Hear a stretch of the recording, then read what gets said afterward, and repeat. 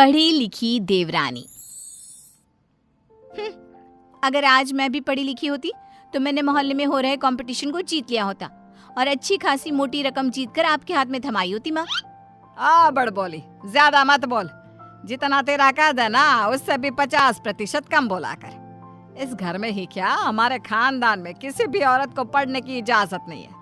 देख तेरी बड़ी भाभी मधु, ये भी कहाँ पढ़ी है, इसके घर वालों ने भी इसे पढ़ने नहीं दिया। तो अब आप बाकी लोग जो करेंगे वही करोगी? पढ़ना सिर्फ लड़कों के हाथ में है।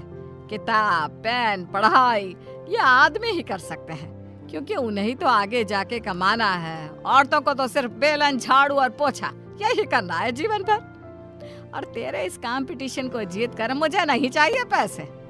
मेरा बड़ा बेटा सागर अब कमा रहा है और छोटा बेटा तेज भी अपने कॉलेज की पढ़ाई के बाद कमाएगा ही। तारिणी, तू तो बस अपनी बड़ी भाभी से खाना बनाना और घर के बाकी काम करना सीख ले। सच में आप सबकी सोच ना जमीन में धसी हुई रहेगी लाइफ टाइम। न जाने क्यों मैं इस घर में पैदा हुई।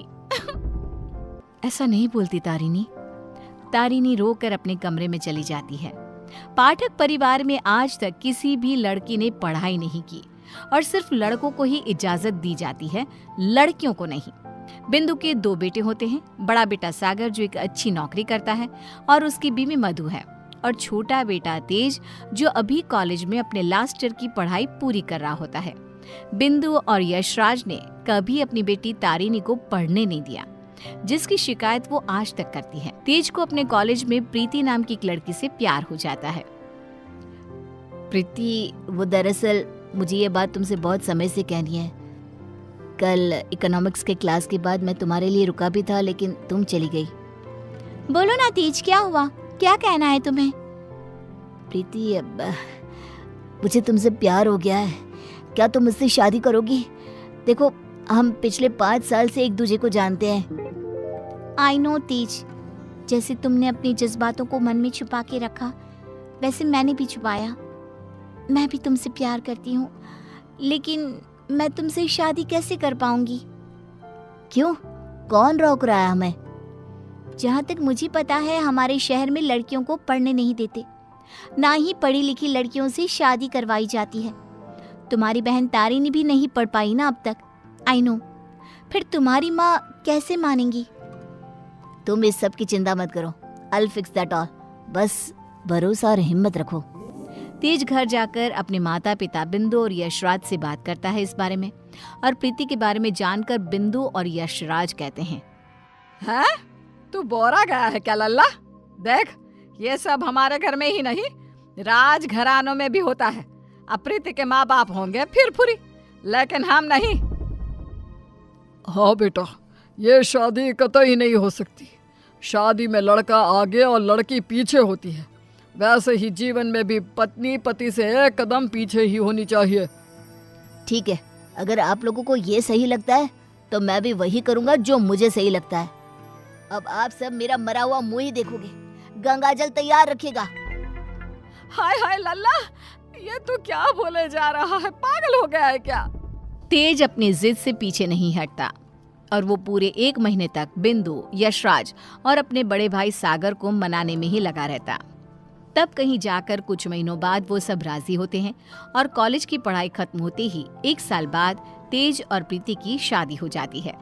लेकिन बिंदु, यशराज और सागर अब भी इस शादी से थोड़े से नाखुश ही होते हैं। जब घर के सभी आदमी खाना खाने बैठते हैं तब प्रीति भी उनके साथ खाना खाने के लिए बैठती है। तभी, अरे ओ कल की अंधी, पागल हो गई है क्या? अरे माना कि तुम एक पढ़ी लिखी लड़की हो, लेकिन इसका मतलब ये तो नहीं ना कि घर के और ससुराल के तौर तरीकों का पालन भी ना किया जाए। खाना पहले घर के आदमी खाते हैं और फिर औरतें खाती हैं, दोनों एक साथ नहीं बैठे, समझ गई? लेकिन मम्मी जी, ऐसा क्यों? मेरा मतलब खाना तो सबका एक ही होता है ना, तो सब अलग अलग बैठकर क्यों खाए? प्रीति, तुम चलो ना रसोई में, चलो, सबके लिए कटोरी में खीर परोसनी है। लेकिन मधु दीदी। प्रीति, माँ और मधु जो कह रही हैं वो सब सुनो। तेज, अपनी बीवी को कुछ समझाओ। प्रीति गुस्से से उठकर रसोई में चली जाती है और मधु के साथ खीर को कटोरियों में परोसने में लग जाती है।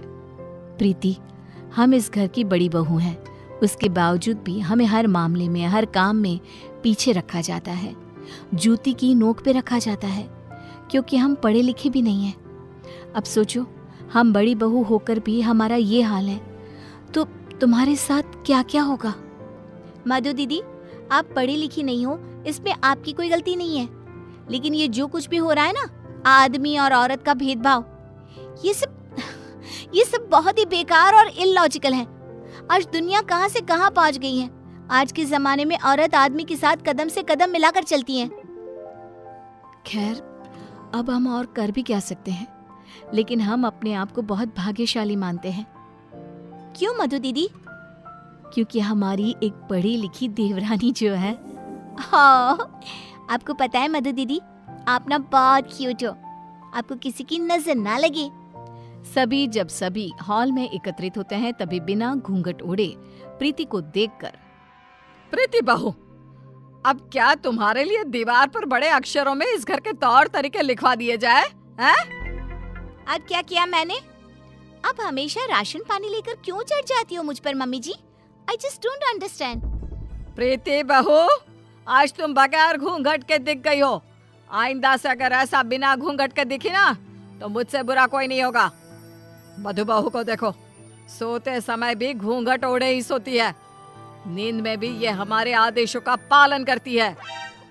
और हाँ, एक और बात कान खोल कर सुन लो, आइंदा से बड़ों से और अपने इर्द गिर्द के आदमियों से इतनी बदतमीजी से बात नहीं करना, और इस घर की 4 दीवारों में सिर्फ और सिर्फ सरल हिंदी भाषा का ही प्रयोग होगा। अंग्रेजी भाषा नहीं गूंजनी चाहिए। तेज, अपनी धर्म पत्नी को समझा कर रख। प्रीति निराश हो जाती है और अपने कमरे में चली जाती है।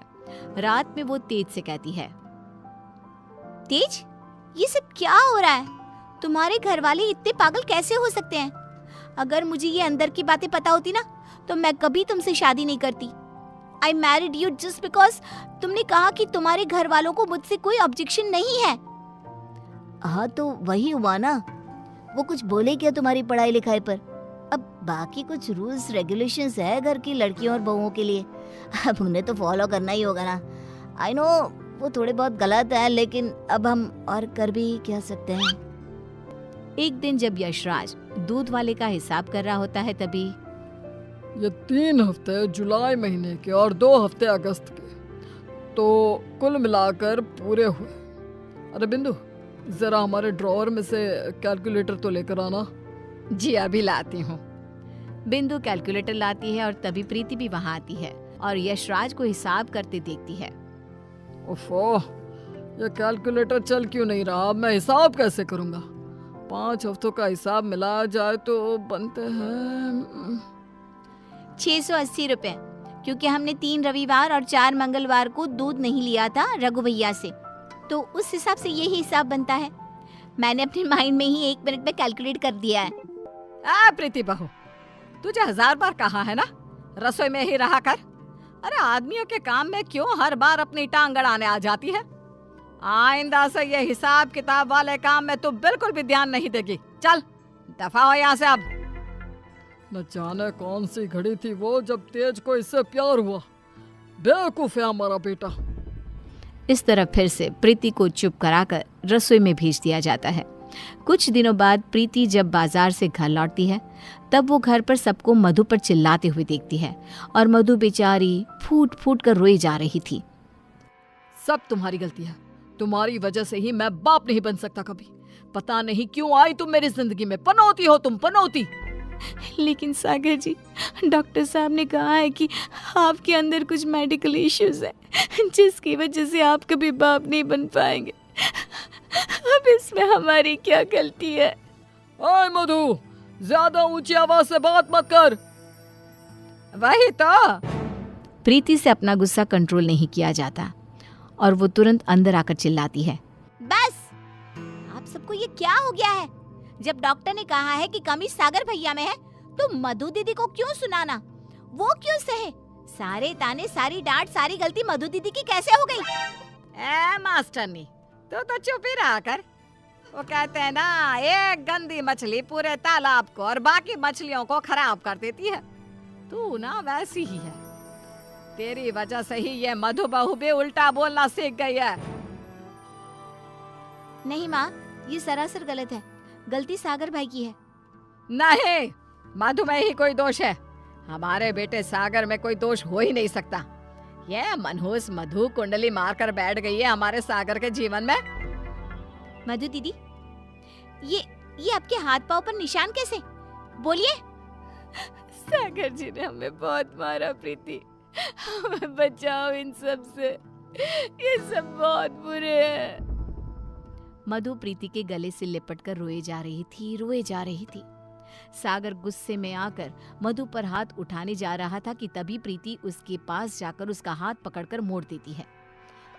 मेरा हाथ। एक आदमी अगर गुस्से में शैतान बन जाए तो एक औरत क्रोध में काली का रूप धारण कर लेती है। समझ गए सागर भैया? और आप सब, अरे एक बार ध्यान से सोचिए, दिल से सोचिए ना। अगर ऊपर वाले ने आदमी और औरत को साथ में बनाया है तो हम क्यों फर्क करें? क्यों औरतें आदमियों से पीछे रहे? दोनों साथ में कदम से कदम मिलाकर चल सकते हैं ना। साथ में काम करके अपना घर, अपनी गृहस्थी चला सकते हैं ना। गलती सोच की है। अगर सोच बदलोगे तो ही बदलाव आएगा, वरना जमीन में ही धंस के रह जाओगे। उतने में तेज अपने साथ पुलिस अफसर्स को लेकर आता है। सागर भाई, आप मेरे बड़े भाई हो, लेकिन आज जो मुझे आपके बारे में पता चला, कैसे आप मधु भाभी को मारते हो, उन पर अत्याचार करते हो, इसके बाद से आप मेरे कोई नहीं। मेरे लिए आप ना के बराबर हो गए हो। इंस्पेक्टर साहब, गिरफ्तार कर लीजिए इन्हें। पुलिस सागर को डोमेस्टिक वायलेंस के केस में गिरफ्तार कर लेती है और उसे लेकर जाती है। माँ, पापा, प्रीति और मैंने फैसला कर लिया है कि हम अब इस घर में और नहीं रहेंगे और अकेले किसी शहर में जाकर रहेंगे। मधु दीदी और तारिनी भी हमारे साथ चल सकती हैं। इस तरह तेज और प्रीति वहां से चले जाते हैं और मुंबई शहर आकर तारिनी और मधु दोनों भी पढ़ने जाती हैं और सभी अपना जीवन खुशी से बिताते हैं। वहीं बिंदु और यशराज, जिन्हें तेज हर महीने पैसे और खत भेजता है, वो दोनों अपने बच्चों की याद में रोते रहते हैं और उनके खतों को ही पढ़ते रह जाते हैं। Kindly channel cartoon Toons city को सब्सक्राइब, लाइक, शेयर करें।